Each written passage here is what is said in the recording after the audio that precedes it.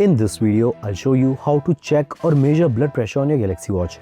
I'm using the Galaxy Watch 8 Classic for this demonstration, but the process is the same across other Galaxy Watches as well, be it Series 6, 7, 8 or the Ultra. Before we begin, there are two important requirements. You'll need a professional blood pressure monitor to calibrate the feature, and your watch must be connected to a Samsung smartphone. Since the blood pressure feature works through the Samsung Health Monitor app, it isn't available on non-Samsung phones.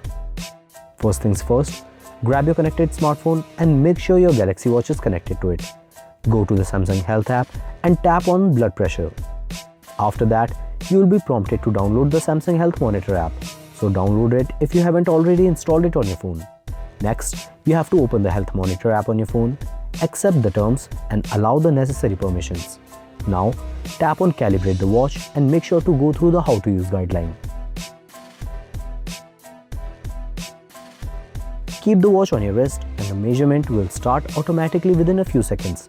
At the same time, take BP measurements using a medical grade cuff-based blood pressure monitor. Make sure to wear the cuff on the hand opposite to the one you're wearing the watch in. After the measurement, enter the reading in your Samsung Health Monitor app and tap on Done. You have to repeat this process 2 more times. After the calibration is finished, tap on OK and that's it. Now your Samsung watch is ready to measure your blood pressure on the go. And that's how you can calibrate and measure your blood pressure right from your Galaxy Watch. It's a really useful feature that lets you keep track of your heart health.